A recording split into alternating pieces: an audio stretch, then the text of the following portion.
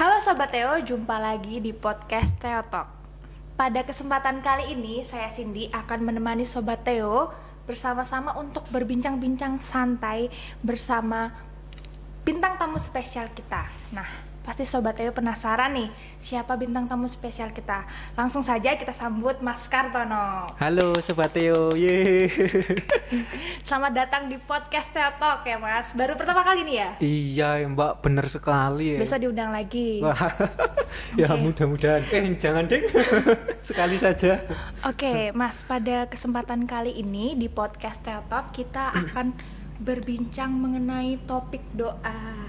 Nah, tapi sebelum kita terlalu jauh ngobrolnya nih, baik kalau kita kenalan dulu karena ada pepatah tak kenal maka tak sayang. Silakan Mas memperkenalkan diri. Ya baik, Mbak Cindy, saya nggak perlu memperkenalkan Mbak Cindy Nggak tuh? usah, Oh, kayaknya nggak semuanya usah. udah pada kenal ini. Oh iya udah. Perkenalkan, nama saya itu Agustinus Kartono. Biasanya saya dipanggilnya itu Tono. Mas Tono. Mas Tono ya. Mbak Cindy manggil saya Mas Tono. Oke, Mas gitu. Tono aja ya. Ya, Kalau Tono kayaknya. kepanjangan kayaknya. Benar sekali. Nah, sekarang saya sedang studi di program magister di filsafat keilahian di Sanata Dharma. Kayaknya sama kita. Sama ya? Mm-mm. Satu kelas enggak nih? Ada beberapa kelas yang sama, iya, tapi kita betul. beda konsentrasi. Mas Tono ini dari konsentrasi Biblis ya Mas, kalau nggak salah. Benar sekali Mbak Cindy. Kalau Mbak Cindy? Saya dari pastoral. Oh, pastoral. Nanti Jadi kita saling melengkapi. oke deh. Oke Mas, nah Siap. pada kesempatan kali ini kita akan ngomongin tentang topik doa. Nah, tapi ngomong-ngomong, kayaknya nih atau beneran ya, topik yang kita angkat ini berdasarkan inspirasi bacaan yang Mas Tono baca nih. Nah, kalau boleh tahu buku apa sih Mas yang Mas Tono baca sehingga menarik dan topiknya nih layak dibagikan kepada Sobat Theo di rumah? Ya, Mbak Cindy dan Sobat Theo, pada kesempatan ini saya ingin sharing lah gitu ya, berbagilah sedikit dari apa yang saya pahami. Nah, bukunya itu berjudul Dengan Tangan Terbuka. Dengan tangan terbuka. Ini ada tangan, dua tangan dan lilin nih. Nah, bukunya warnanya hitam. Ini penulisnya Henry Nouwen. Nah, itu Mbak Cindy. Bukunya ini. Kenapa Mas kok bisa ngambil buku ini yang dijadikan topik podcast nih? Apakah ada hal-hal tertentu yang menarik perhatian Mas Tono sehingga berminat untuk membacanya dan mendalaminya? Nanti berbaginya nggak cuma sedikit Mas, banyak juga boleh. Masih banyak waktu. Oke, siap. Mbak Cindy, mengapa sih ini menarik? Nah, itu waktu itu 2 bulan yang lalu saya itu sedang merasa galau nih. Wah, galau guys. Benar Kenapa Mas sekali. Tono bisa galau? Nggak tahu ya? Nggak, galau karena apa Mas kalau boleh tahu? Ya banyak lah. Kayaknya banyak masalah nih. Lagi banyak. Pokoknya di bulan-bulan 2 bulan yang lalu tuh rasanya tuh penuh semua. Waduh. Tugas-tugas ya Mas? Wah iya. Tugas-tugas penuh. Tapi ngomong-ngomong Mbak Cindy juga pernah galau tuh. Iya Berarti dong. galaunya beda ini. Galaunya beda nih Waduh. sama Mas Tono. Galaunya apa sih kalau boleh tahu? Galaunya karena si dia pokoknya. Waduh. Nah, persis itu. Kalau galau apa yang Mbak Cindy lakukan coba? Ngapain ya? Main game kayaknya Mas. Main game. Nggak baca. Kalau Oh, Mas nggak Tono baca. kan baca. Kalau saya tuh main game, pergi sama temen gitu. Lah kalau saya di seminari, itu kan ya adanya kalau jalan keluar dari kamar, terus jalan sedikit ke kompleks seminari itu akan ketemu yang namanya perpustakaan, Mbak. Oke, anak perpus sekali ternyata. Nah itu waktu itu kan penuh, lagi Sumpek ya? sumpek gitu ya. Bahasanya kayak kalau bahasanya Mbak Cindy itu galau gitu ya. Nah itu pergilah saya ke perpustakaan. Nah lalu saya merasa ada sesuatu yang kurang nih dalam hidup saya itu sebagai seorang calon pastor, ada sesuatu yang kurang. Nah, apa sih? Yaitu soal karena dipenuhi dengan aneka macam tugas-tugas itu, maka hidup doa saya itu tidak teratur lagi. Terbengkalai gitu loh. Rasa kosong gitu? Ya, bosan berdoa. Iya, nggak cuma bosan berdoa, bosan belajar. Iya, benar sekali. Pokoknya semuanya itu rasanya bosan gitu ya. Nah, itu maka kemudian ketika mencoba mencari buku nih, karena kita tahu buku itu kan jendela ilmu. Jendela ilmu gitu kan. Cari di mesin pencarian di komputer gitu ya, lalu menemukan ini dengan tangan terbuka. Nah, langsung saja, wah ini menarik nih untuk dibaca nih. Itu awalnya gitu, Mbak. Tak pinjam dulu boleh ya, Mas? Boleh, silahkan. Kayaknya saya juga pernah baca nih, Mas, dengan tangan terbuka bukunya Henry J.M. Nouwen. Nah, Mas, kalau kita ngomong tentang doa, itu kan pasti identik dengan kesunyian, keheningan. Nah, sejauh mana nih, Mas, menurut Henry Nouwen keheningan itu sangat berperan penting dalam hidup doa? Ya, soal hening, nah ini analoginya itu kalau kita misalkan ini, kita pas berada di rumah terus mati lampu gitu ya, kan gelap tuh. Gelap sekali. Gelap sekali gitu toh. Takut saya, Mas, biasanya itu. Nah, kalau gelap itu kan kita hanya rasanya hanya dengan diri kita nggak bisa ketemu sama yang lain. Ya, meskipun di sana ada orang lain ya, tapi kalau gelap seperti tidak terlihat. Nah, persis di situ. Kalau kita mati lampu gitu ya, terus merasa takut, nah itu sebenarnya konsep keheningan, kesunyian itu seperti itu. Seringkali ketika kita itu dengan diri kita sendiri, ketemu dengan diri kita sendiri itu terus yang bawaannya takut gitu loh. Nah, itu yang jadi orang-orang sekarang ini, dan saya atau Mbak Cindy juga pasti pernah merasakan takut gitu ketika kita bertemu dengan diri kita sendiri, mengalami kesunyian gitu. Iya, Mas, benar sekali. Kadang-kadang kita malah takut ya ketemu diri kita sendiri, dan malah nanti jatuhnya insecure dan lain sebagainya. Wah, kayak topik pembahasan kemarin ya di kuliahan. Oke, Mas, ngomong-ngomong tentang kesunyian dan keheningan, di zaman sekarang ini kita sangat sulit menemukan keheningan. Betul nggak, Mas? Nah, benar sekali. Nah, contohnya saya nih, saya mau belajar atau mau berdoa ya. Contohnya mau berdoa, tiba-tiba WA saya bunyi. Nah, itu kan saya merasa terdistraksi, terganggu, doa saya nggak fokus, lalu jadi terkesan bahasa Jawanya tuh gasrak-gusruk, cepet-cepet gitu. Nah, ini gimana nih, Mas, caranya supaya kita tuh bisa menemukan keheningan di dalam situasi doa, khususnya di zaman ini? Nah, kalau saya juga sebenarnya sama sih kayak yang dialami Mbak Cindy, atau bahkan Sobat Theo juga mengalaminya. Kalau kita punya HP, punya laptop, betul, apalagi kita akan punya aneka macam sosmed gitu ya, punya Facebook, punya IG. Mas udah follow saya belum IG saya? Kayaknya belum ya. Belum. Nanti setelah kita ini tukeran ya. Oh iya, oke. Nah, itu apalagi banyak media sosial itu. Nah, misalnya nih, saya juga punya HP nih, punya media sosial juga. Ketika saya doa, ingin berdoa gitu ya di kamar, kemudian lunting, bunyi, tweet. Punya saya nggak gitu kok. Punya saya suara kucing. Suara kucing. Nah, itu aneka macam suara lah. Ya. Nah, rasanya itu ketika kita mau berdoa, kemudian bahasanya Mbak Cindy tadi terdistraksi gitu ya. Iya, betul, terdistraksi. Maka yang dibutuhkan sederhana adalah memiliki niat dan juga komitmen.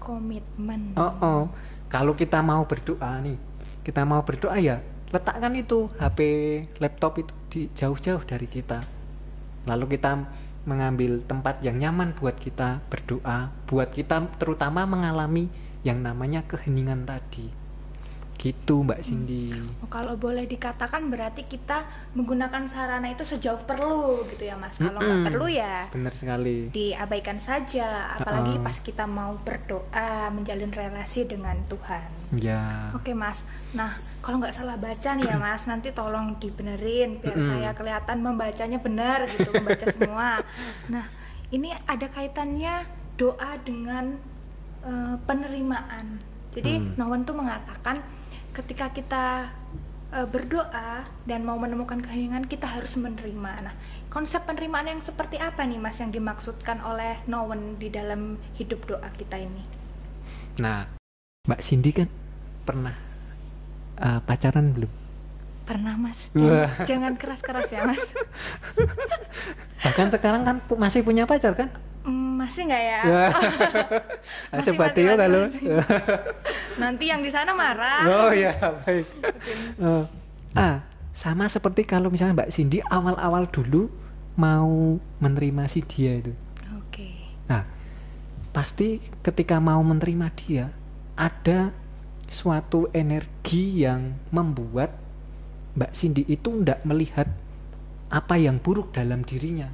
Betul, semuanya bagus semua. Semuanya bagus dan pasti melihat si dia itu dengan penuh cinta. Aduh, romantis banget ya. Oh iya dong. Makanya itu sama dengan konsep kita penerimaan dalam kita berdoa. Nah itu kalau kita berdoa, buatlah diri kita itu memiliki kecintaan dengan diri kita. Nah, menerima artinya ya memandang dengan penuh cinta diri kita, lalu memandang bahwa Tuhan itu juga penuh cinta terhadap diri kita.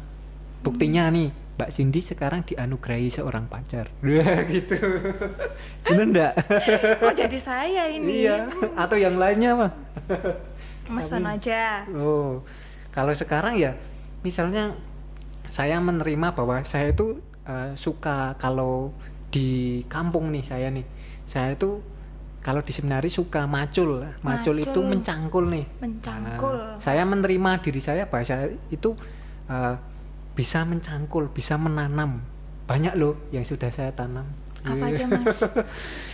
Saya sama teman-teman angkatan itu ya menanam ada lombok atau cabe. Lombok itu apa Mas? Cabe. Maaf. Cabe. Aku wong desa Mbak berarti. Aku juga kok Mas. Lombok itu cabe. Oke. Lalu terong. Lalu ada tomat. Lalu ada kacang tanah. Kacang panjang. Yang belum itu menanam apa? Menanam saham. Setelah ini saya minta ya Mas. Udah pada berbuah belum itu? Buah tomatnya itu. Wah, itu masih bibit, Mbak. Aduh, masih bibit ya. Udah sayang sekali. Jadi saya nggak jadi minta. Iya, enggak apa-apa. Nanti kalau udah lain kali kalau panen dihubungi ya. Benar sekali. Nanti akan saya hubungi. Oke, lanjut ke topik Mas. Lanjut ke topik. Ya. Mau tanya apa lagi nih? Jadi contohnya itu ya tadi kita menerima diri kita, kemampuan kita. Jadi nggak boleh insecure juga di hadapan Allah. Benar sekali. Oh ya Mas, ngomong-ngomong tentang doa itu biasanya kalau saya nih ya, atau kalau Mas Tono atau mungkin Sobat Theo di rumah, saya tuh sering banget doa itu minta-minta Mas, minta-minta lalu berharap supaya Tuhan mengabulkan doa saya. Nah, lalu ya sebenarnya ada kaitannya dengan harapan, selaras juga dengan apa yang dikatakan oleh Henry Nouwen kalau doa itu harus berpengharapan. Nah, gimana nih Mas cara supaya kita berdoa dan penuh berpengharapan meskipun ketika kita berdoa, doa kita tuh tidak terkabul dan kita merasa kecewa, bahkan menyalahkan Tuhan, tidak adil kepada kita. Nah, gimana nih Mas? Benar sekali ini Mbak. Yang jadi pergulatan saya nih ketika membaca buku ini juga kan saya tuh merasa bahwa setelah ujian saya tuh merasa bahwa ketika menerima hasil ujian tuh kok nilainya itu ndak sesuai dengan rasa-rasanya, nggak sesuai dengan yang saya perjuangkan nih. Nah, saya kok kemudian padahal waktu mengerjakan ya rasa-rasanya sudah optimal itu. Sudah optimal. Persiapannya bahkan sampai lembur ya. Sampai lembur. Terus dapat nilai apa? B aja. B aja lagi. Makanya rasanya udah sampai jam 3 lemburnya loh. Coba bayangkan tuh. Nilainya B. B doang. B doang, B titik lah. B titik. Masih mending B daripada yang lainnya harus mengulang. Ya, tapi kan waktu itu sih gambaran saya tuh ini seharusnya sesuai lah. Waktu itu juga doa saya, semoga saya kan sudah berusaha optimal Tuhan. Sudah usahakan sampai lembur jam 3. Saya nanti diberi nilai yang optimal juga. A+. Sudah berusaha sudah, berdoa sudah, hasilnya tidak sesuai. Nah itu, terus ternyata ketika kemudian saya renung-renungan kembali, kemudian juga inspirasi buku ini nih, itu doa saya tuh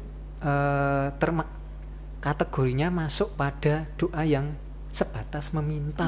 Sama mas, sama kayak saya, minta doang, minta nilai 100, minta dapat pacar pas jomblo. Nggak, yang penting nggak minta pacar satu lagi tuh. Enggak. Wah, satu aja nggak habis-habis, apalagi 2. Nah, itu kembali lagi nih soal doa ini. Ternyata kemudian saya sadar bahwa doa itu doa kita itu sebenarnya kan relasi kita dengan Tuhan. Betul. Tuhan itu yang merajai kita, yang katakanlah empunya gitu ya. Bos kita Tuhan gitu ya. adalah bos kita. Kita seringkali membatasi hubungan kita itu dengan meminta saja. Artinya apa? Kita hanya ini meminta apa yang menjadi kebutuhan kita. Gitu. Dan setelah itu lupa sama Tuhan. Lupa. Apalagi kalau ghosting lagi mas nanti.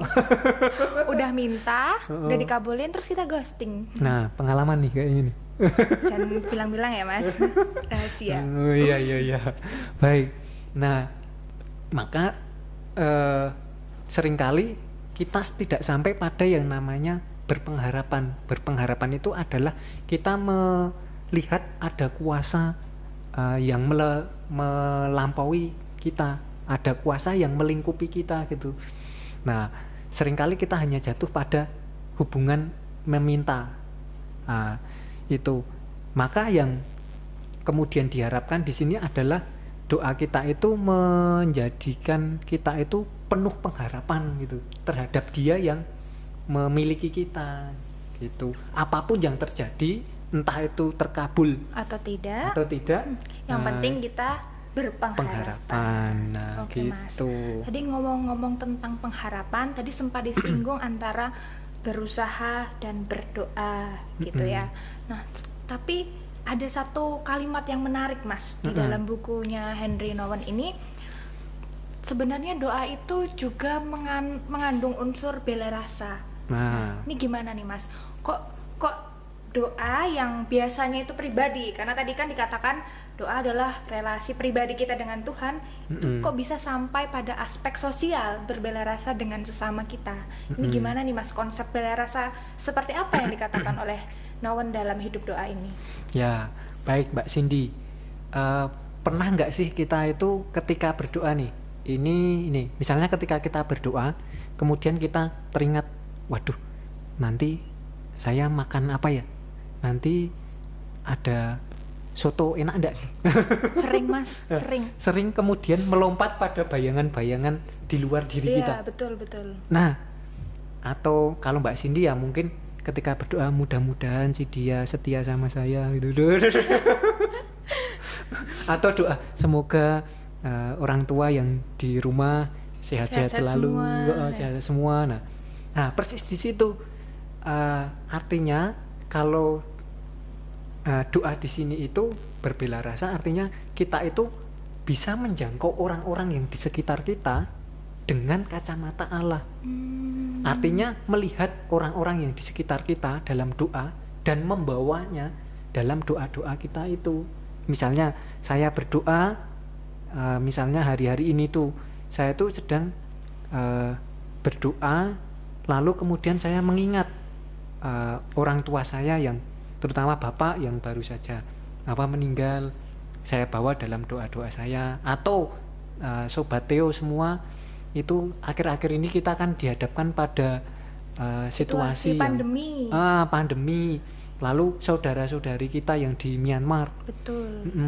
Lalu aneka macam keadaan yang melibatkan orang-orang di sekitar kita. Kita bisa loh membawa mereka dalam doa kita.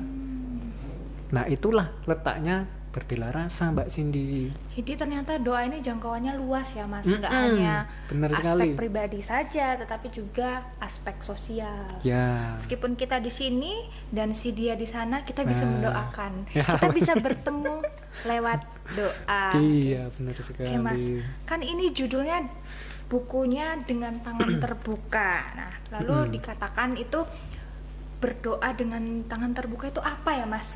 Apa hanya sebatas cara berdoanya dengan tangan terbuka atau ada makna yang lebih mendalam mengenai konsep doa dengan tangan terbuka ini? Baik Mbak Cindy, buku ini itu sama Henry Nouwen diantar dengan sebuah gambaran. Misalkan nih kita itu menutup tangan berarti ya mengepalkan tangan ya. Mengepalkan tangan gitu ya. Kalau kita mengepalkan tangan nih biasanya untuk apa?